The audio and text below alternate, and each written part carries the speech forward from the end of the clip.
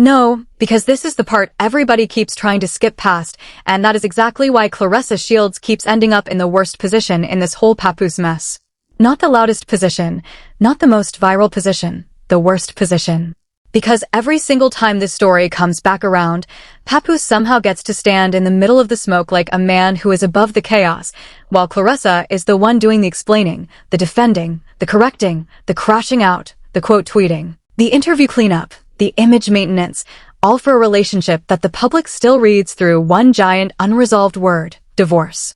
And when you have to keep reminding people that a man filed papers, that he is serious about you, that things take time, that the narrative is unfair, that technically this and legally that, you are already losing the optics war. That is the trap. That is the play. Because the internet is not grading this on legal technicalities. The culture is grading it on energy, on timing, on who looks settled, on who looks chosen, and on who looks like they are carrying a man's unfinished business on their back in public. Claressa Shields is one of the most dominant athletes walking this earth, but in this story, she keeps getting dragged into a fight that does not make her look powerful. It makes her look invested in proving something that should already be obvious if it were really that solid. And the reason that matters is bigger than gossip. This is not just about Papoose, Remy Ma, Claressa Shields, or even Amanda Serrano catching a stray. This is about what happens when a public man leaves the emotional labor, the reputational labor, and the explanatory labor to the woman standing next to him while he benefits from all the ambiguity. That is why the title of this story hits so hard.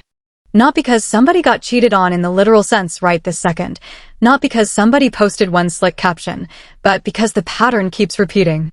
Claressa steps forward to defend the legitimacy of the relationship, and somehow she is the one paying the price in perception while Papoose keeps his hands cleaner than they should be for a man at the center of all this. And when we get to the part about the pending divorce, the radio interview, the Amanda Serrano shade, and the way this whole thing has been feeding the media machine instead of closing the chapter, you are going to understand why I am saying Claressa did not just catch heat again. She got played again. Drop your thoughts in the comments, hit like, and subscribe. Let's get into it. Listen, before anybody starts acting confused, let's set the table properly. Claressa Shields and Papoose went public with their relationship in late 2024 after Remy Ma brought the situation into public view, and ever since then the relationship has lived under a cloud that has never fully moved. The cloud is simple. Yes, Papoose reportedly filed for divorce, but the divorce became part of the story instead of the thing that ended the story. That is a massive difference. A clean break would have let the relationship speak for itself. But once the public sees a pending divorce, public back and forth, Instagram lives, accusations, and new interviews explaining the same point over and over, the romance stops looking like a new chapter and starts looking like an unresolved case file. And that is terrible positioning for Claressa because she is not some random influencer living off confusion. She is Claressa Shields. She is supposed to walk into rooms as the unquestioned one. Instead, when this topic comes up, she keeps getting pulled into explaining why she should be unquestioned. That is why the July radio moment hit so hard. When Claressa was asked how much longer she was willing to be in a relationship with somebody's husband, she pushed back immediately and said that is not somebody's husband, that Papoose filed for divorce, and that he filed because he is serious about her. She also argued that if people are going to call him somebody's husband, then they need to hold Remy Ma to the same standard as his wife. On paper, that sounds like a strong answer. In practice, it exposed the weakness in the whole setup. Why is Claressa Shields, one of the most accomplished fighters alive, still having to campaign for the legitimacy of a relationship in public? Why is she the one giving the legal status speech? Why is she the one selling the public on his seriousness? The moment you have to explain why a man is really, truly, absolutely yours, the audience starts asking why he has not made that crystal clear himself. That is the reputational math Claressa keeps losing, even when she wins the actual verbal exchange. And this is why the stakes are not just romantic. They are cultural, brand-related, and frankly financial. Claressa's entire image is built on discipline, certainty, and domination. Papoose's entire legacy in hip-hop circles is tied to loyalty, marriage brand storytelling, and that old black love mythology people spent years attaching to him and Remy Ma. Once those two worlds collide under messy circumstances, nobody gets to hide in one lane anymore. Boxing fans start talking like gossip blogs. Hip-hop blogs start covering fighter drama like pay-per-view undercards. Everybody is suddenly in everybody else's algorithm. That means every answer is not just an answer. It is content. Every relationship clarification becomes media inventory. Every quote gets clipped, reposted, debated, stitched, mocked, defended, and recirculated. And the longer a situation like that remains unresolved, the more the public stops caring about who is technically right and starts rewarding whoever looks least pressed. That is where this gets dangerous for Claressa, because she looks emotionally present while Papoose often benefits from simply being the man at the center of women fighting around his unresolved paperwork. Now, let's get to the visible receipts, because this story is not built on vague feelings. It is built on public moments. First piece of evidence: the interview itself. The Street's morning takeover clip did not go viral because people had never heard the question before. It went viral because the question touched the exact nerve the public keeps returning to. Claressa's answer was direct, but even in that directness you could hear the burden of repetition. She said Papoose filed for divorce because he is serious about her, and she emphasized that divorce takes time. That is not the language of a woman living in a settled reality. That is the language of somebody still litigating public legitimacy. And let me be clear, that does not automatically mean the relationship is fake. It means the relationship is carrying unresolved optics that keep forcing Claressa to defend something that should have stopped needing defense by now. The public hears divorce takes time and translates it into one brutal sentence. Okay, but why are we still here? Second piece of evidence: the divorce filing itself became content, not closure. TMZ reported in May 2025 that Papoose filed for divorce from Remy Ma, citing irreconcilable differences, and tied that filing to a much larger public meltdown involving accusations, IG lives, and ugly personal claims flying in every direction. According to that report, Papoose also made explosive allegations about Remy's infidelity and even broader claims about their marriage and music history. Now, whether you side with him, with Remy, or with nobody, that is beside the point for this specific argument. The point is that the filing did not clean the narrative up. It made the narrative dirtier. It turned a quiet administrative transition into a loud public bloodbath. And when that happens, the new partner does not get the piece of he's divorced. She gets the burden of he's divorcing in public. That is a completely different emotional and reputational tax. Third piece of evidence: Claressa did not just have to defend the relationship. She also stepped into side battles that made the whole situation look even more combustible. One of the clearest examples was the Amanda Serrano fallout. After Serrano's difficult majority decision win over Lucretia Manzer, Claressa posted, "See what happens when you start hanging with losers? That *T contagious. I've seen Champ lose and still look better than she did tonight." Now stop right there. Think about how wild that is. Amanda Serrano had a rough night in the ring. The judges had people arguing. The boxing world was already split on the performance, and Claressa used that opening to turn a boxing critique into a social statement connected to larger personal beef. That is not random shade. That is somebody carrying emotional static from one drama into another arena entirely. And when you do that, you tell the audience that the original situation still has you hot. Fourth piece of evidence: that Serrano fight was already controversial enough on its own.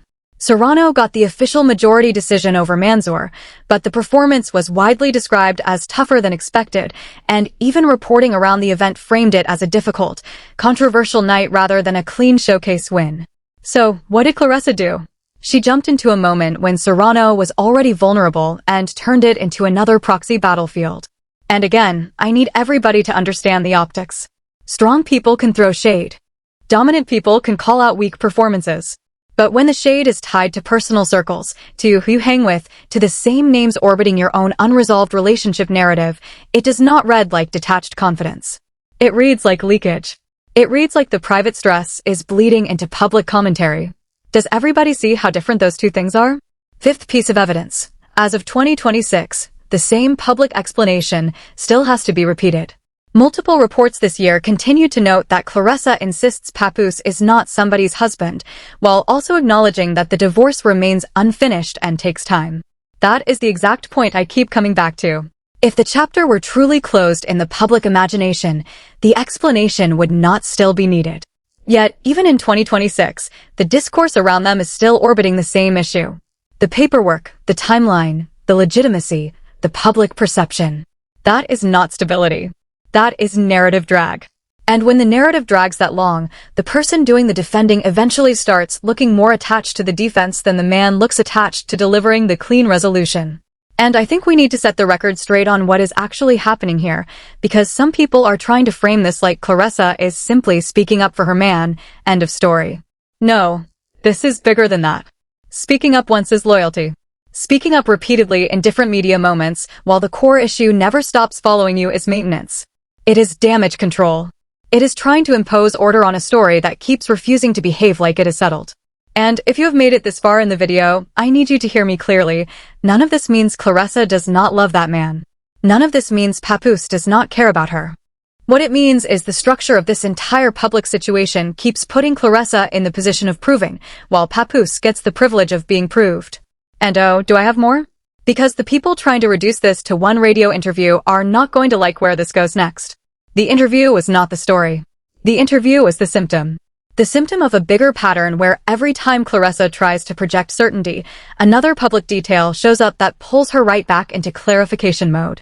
And if you are one of the people in the comments saying, well, a divorce filing is enough, leave them alone, okay? Then answer me this. If it is that clean, why does every new public appearance still sound like a rebuttal? Why does the relationship still need legal subtitles? Why does the culture still see a debate instead of a done deal? Stay with me, because when we get into the way social media, boxing politics, and hip-hop media all folded together around Amanda Serrano, Remy Ma, and this public image war, you are going to see that Claressa is not just fighting people. She is fighting a story architecture that keeps making her do the emotional heavy lifting. Now let's move from surface evidence into the cultural layer, because this is where the story gets uglier. The first cultural sign that this whole thing was never going to stay contained was the public split in how people talked about Claressa versus how they talked about Papoose. Claressa got evaluated morally, emotionally, aesthetically, romantically. Papoose got evaluated tactically. Do you understand how insane that is? The woman gets dragged through tone, timing, and respectability. The man gets analyzed like a strategist in a playoff game. Did he file? Was the marriage over already? Who cheated first? Who exposed what? That is how public men survive messy transitions. The details become chess pieces. Meanwhile, the woman next to them becomes the screen everybody projects their judgment onto. Claressa was not just dating a man. She was walking into a cultural courtroom built from the ruins of Papoose and Remy Ma's old image. Second cultural layer, the Amanda Serrano and most valuable promotions friction showed that Claressa was already carrying unresolved irritation that went beyond just one boxer. Back in April 2025, there was a public war of words between Claressa and Serrano tied to comments around promoters, paydays, weight, support, and long-running feelings of disrespect. Serrano said Claressa had made disrespectful comments about her company, promoter, accomplishments, and people she cared about. Claressa fired back that she had not disrespected Serrano's accomplishments, accused Serrano of being sneaky with Disas, and reminded everybody that she believed the promoter and company came at her first. That matters because it shows this was already not a calm competitive rivalry. It was emotional, layered, and rooted in perceived disrespect. So by the time Claressa took that shot after Serrano's rough win, the public did not see a pure boxing take. They saw accumulated resentment boiling over again. Third cultural layer, Remy Ma's side of this never disappeared quietly either. Reports around the May 2025 fallout described Remy going on live, saying Papoose was slow-rolling the divorce, and even offering to pay lawyer fees if money was the issue, while directly referencing the new relationship from across the divide. Whether you believe every word Remy said or not, that kind of public framing is devastating for Claressa's optics because it creates the impression that the old chapter is still actively speaking, still actively disputing the pace, and still actively refusing to behave like a sealed file. That means Claressa is not dating a man with a past. She is dating a man whose past keeps going live. And when a man's past keeps going live, his present partner gets sucked into a never-ending audition for legitimacy. Fourth cultural layer, Claressa herself kept feeding the family future narrative before the public had emotionally accepted the relationship's foundation. In 2026, she publicly talked about wanting to surprise Papoose with a baby and indicated that they were planning for a family by the end of the year. Now, on a human level, that is her right. If she loves that man and wants a child, that is her business. But on a cultural level? Oh, that lands differently when the same audience still associates the relationship with a pending divorce and repeated public clarifications.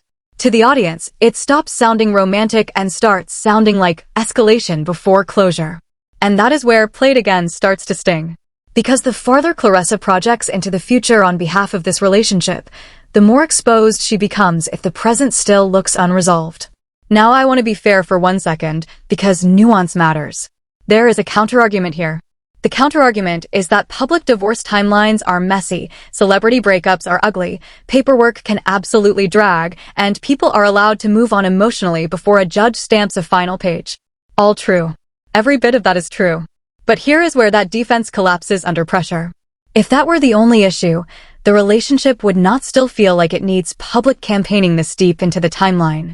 The audience does not only react to legal status. The audience reacts to unresolved energy. And the unresolved energy here keeps surfacing through interviews, quote tweets, rivalry spillover, and old players re-entering the scene. So no, this is not just people being mean on the internet. This is the culture sensing that the emotional ending and the administrative ending have not aligned, and Claressa is the one being forced to bridge that gap in public. And speaking of which, can we have the real conversation now? Because up to this point, people have been treating this like a celebrity relationship mess. That is the wrong lens. The relationship mess is just the wrapper. The real story is the system that rewards public ambiguity, especially when one party has enough social capital to let everybody else do the sweating for him. This is where we hard pivot, because if you only see love triangle drama, you are missing the machine that makes these stories profitable, sticky, and almost impossible to close. Here is the first systemic angle. Public ambiguity is a brand asset until it becomes a woman's burden. Think about the structure. Papoose, whether by intention or by the way the media ecosystem handles men like him, benefits from a floating state of almost resolved transition. He can be the man who filed, the man who moved on, the man caught between narratives, the man with ex-drama, the man whose new partner is fiercely loyal. Every version still centers him. Claressa, on the other hand, has to be one thing at all times. She has to be dignified enough not to look desperate, vocal enough not to look weak, loving enough not to look cold, strong enough not to look embarrassed, and strategic enough not to look delusional. That is an impossible assignment. And the media loves impossible assignments for powerful women because every response becomes monetizable contradiction. If she says nothing, they say she is being played. If she speaks up, they say she is doing too much. If she posts baby plans, they say she is rushing. If she critiques another fighter, they say she is spiraling. That is not random. That is algorithmic gender theater. Second systemic angle, cross-genre media collapse has turned private transitions into permanent content ecosystems. This used to stay in one lane. A rapper's marriage drama lived on hip-hop blogs. A boxer's rivalry lived on sports pages. Not anymore. Now one clip from a morning show bounces into X, then Instagram reposts, then YouTube commentary, then sports blogs, then culture blogs, then reaction channels, then recap pages that do not even care who actually won a belt. Everybody gets a slice. And because everybody gets a slice, nobody has an incentive to let the story die cleanly. A finalized divorce is one headline. A pending divorce with rotating interviews, side beefs, live sessions, and rival shoutouts is a renewable series. That is why Claressa cannot just outbox this narrative. It is not built like a fight. It is built like a content franchise. The machine prefers almost settled over settled because almost settled keeps paying. Third systemic angle, masculine reputations often survive through selective stillness, while women get judged on every visible reaction. Papoose does not need to win every public exchange to come out relatively intact. He just needs enough distance between himself and the loudest moments. That is how male reputational insulation works in celebrity culture. Be central, but not too present. Be involved, but let other people reveal the emotion. Be the subject, but not always the speaker. Claressa cannot do that because she is the one whose public identity depends on force and directness. Silence does not fit her brand the same way. So the very qualities that made her a generational fighter, confidence, assertiveness, refusal to back down, become liabilities in a messy domestic narrative where the public rewards chill and punishes visible investment. That is how a woman can be completely sincere, completely in love, completely convinced, and still get framed as the one being played. And let me go one level deeper, because the deepest cut in this whole situation is not even the divorce. It is that Claressa keeps getting recruited into defending the idea of Papoose instead of just enjoying the reality of Papoose. Do you see the difference? One is a relationship. The other is a campaign. A relationship is lived. A campaign is managed. When you are saying he filed because he is serious about me, when you are batting away somebody's husband, when you are responding to rumors, when you are posting future family talk into an audience that still sees yesterday's paperwork, you are not just being in love. You are managing the public meaning of your love. And that is exhausting. That is also where the imbalance becomes obvious. Because if a man's love for you is solid, why does so much of the public labor of proving it seem to keep falling on you? Now here comes the truth bomb, and I need everybody to hear this without flinching. Claressa Shields keeps getting played by Papoose again, not necessarily because he is publicly humiliating her on purpose, but because the structure of his unfinished transition keeps demanding that she spend her elite reputation on his ambiguity. That is the play. That is the drain. That is the cost. Every time she steps in to protect the relationship's image, she is paying with something more valuable than a tweet. She is paying with a little more of her aura. A little more of that untouchable energy. A little more of that feeling that she is above all nonsense. And once a champion starts spending aura to defend a man instead of spending aura to magnify herself, the internet smells it immediately. What makes it worse is that the public has now seen the pattern enough times to expect the next installment. That is brutal. The first time, people debate. The second time, people judge. By the third or fourth public clarification, people stop asking whether you are being played and start waiting for the next moment that proves it. That is where Claressa is now. Not in a private relationship crisis that only she understands, but in a public loop where every attempt to establish certainty somehow refreshes the uncertainty. And because the relationship keeps touching boxing, hip-hop, social media, radio, and old marriage mythology all at once, every new moment gets amplified harder than it should. That is why this is bigger than one question from one host. The host just pressed the bruise. The bruise was already there. And what, to me, makes this especially devastating is that Claressa does not need any of this. She does not need borrowed clout, relationship headlines, or romantic confusion to matter.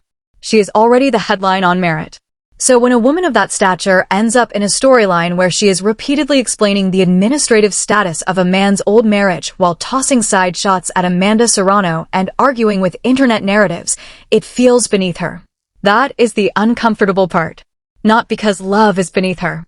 Because this version of public maintenance is.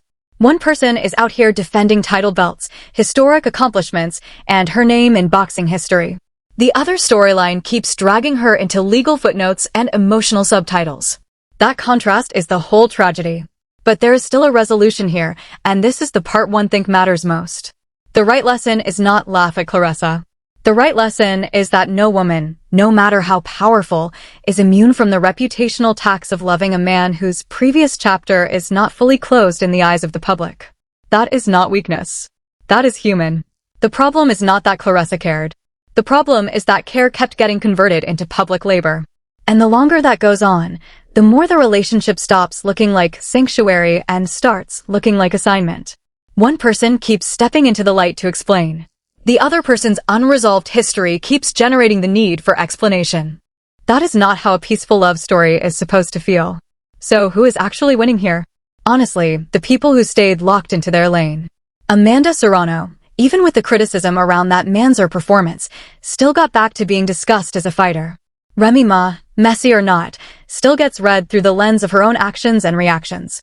Papoose, for all the heat around him, still benefits from the old residual image that makes people want to analyze him before they dismiss him. Claressa is the one whose image gets stretched the most because she is carrying champion-level stature into low-frequency relationship static. One person makes history in the ring and ends up defending romance in interviews. The other leaves a trail of unfinished perception and still gets to be the object everybody else argues over. That is the contrast one-liner that sums this whole mess up. And I do think things can still course correct. Absolutely.